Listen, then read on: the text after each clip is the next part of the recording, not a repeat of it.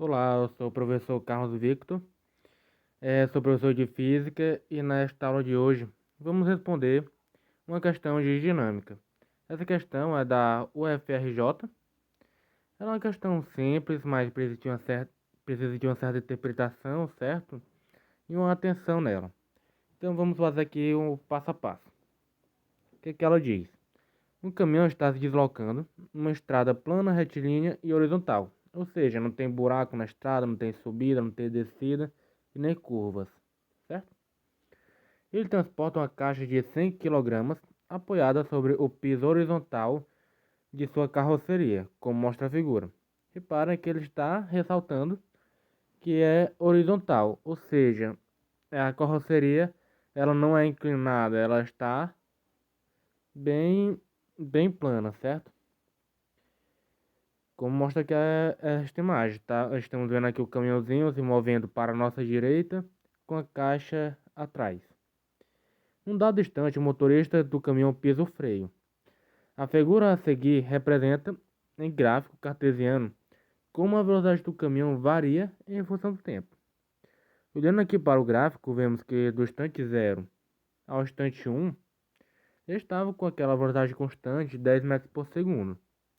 Mas no momento que ele pisou no freio, que é no instante 1, começou a desacelerar, até que no instante 3,5 o carro entrou totalmente em repouso, com velocidade igual a zero.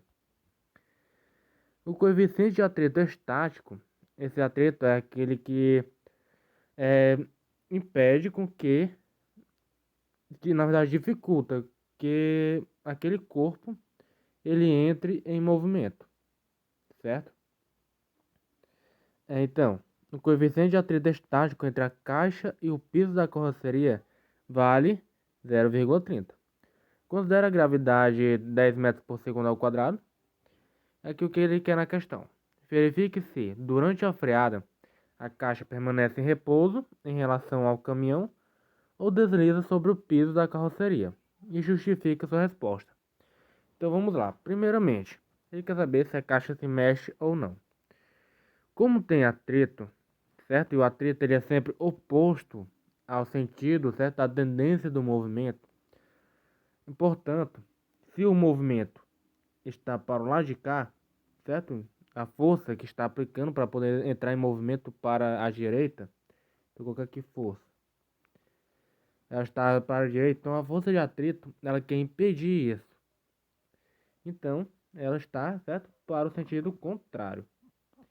Então a força de atrito está para o outro lado. Então, o que é que vai fazer com que essa caixa se mova? A situação, né? É quando a força ela for maior que a força de atrito. Mas caso a força ela seja menor ou igual à força de atrito, não se mexe, certo? Então, o primeiro passo para a questão é entender isto. Segundo, vamos definir, certo, as forças.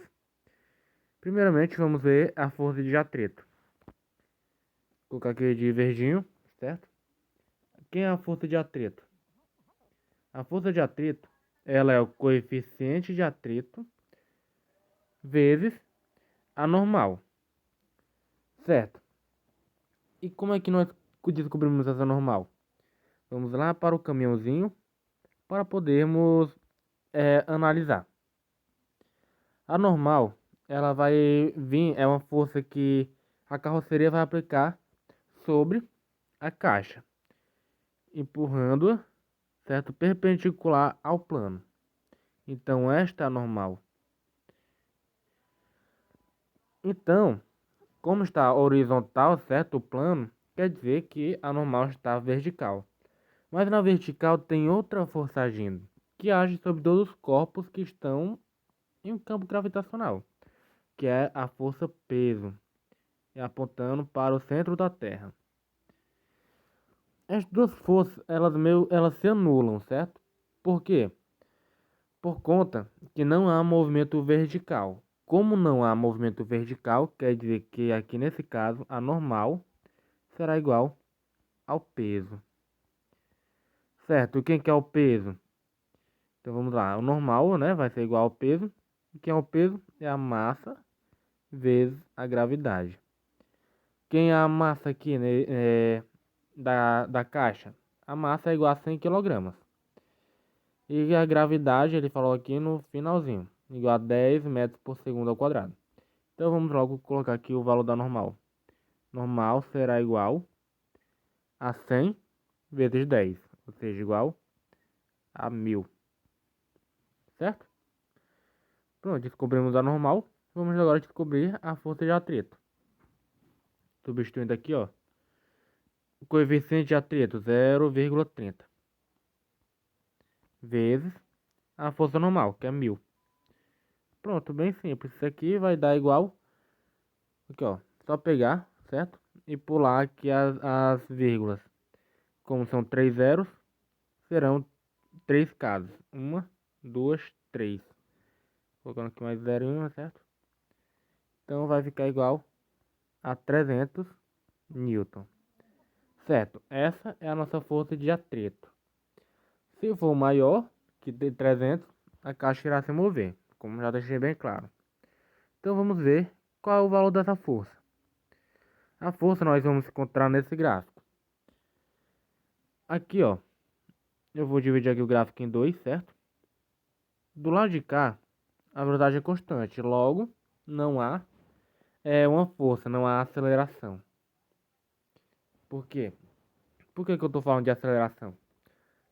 Para a gente encontrar a força, vamos usar a segunda lei de Newton, que a força é igual a massa vezes a aceleração, certo? Então, nós precisamos encontrar a aceleração para podermos encontrar a força que está agindo sobre a caixa, no momento em que tem essa freada, certo? Então, o que nos interessa é o lado de cá, certo? Então, vamos lá. A aceleração, ela vai ser igual à variação da velocidade dividido pela variação do tempo. Vamos lá. O carro ele estava inicialmente com 10 metros por segundo e terminou com 0 metros por segundo. A variação, certo, da velocidade é a velocidade final, que é 0, menos a velocidade inicial, que é 10. Então, 0 menos 10, escrever aqui, menos 10. Dividido pela variação do tempo, que é o tempo final, que é 3,5, menos o tempo inicial, que é 1. Então, 3,5 menos 1 fica 2,5. Aqui, né, o joguinho do final, né, menos do 10, com mais do 2,5 vai ficar menos. Aí 10 dividido por 2,5, 4. Portanto, a aceleração é igual a menos 4. Apesar de esse sinal não nos importar tanto, porque ele só vai falar que a velocidade não aumentou, ela diminuiu. Então foi uma desaceleração de 4 metros por segundo ao quadrado. Mas como nós só queremos encontrar força, então não irá nos importar tanto, porque nós queremos o módulo da força. Então vamos lá. Segunda lei de Newton. Força é igual a massa vezes a aceleração. A massa é 100. E a aceleração a gente acabou de ver, certo? É 4. Portanto, certo? A força vai ser igual a 400 newtons. Então, o que ocorreu aqui? 400, né, é maior que 300. Portanto, a força ela vai ser maior que a força de atrito. Dessa forma, no momento do freio, a caixa irá se mover em relação à carroceria. Portanto, há movimento sim após a freada. E essa foi a nossa questão, espero que tenham entendido. Muito obrigado pela atenção, fiquem com Deus e até a próxima.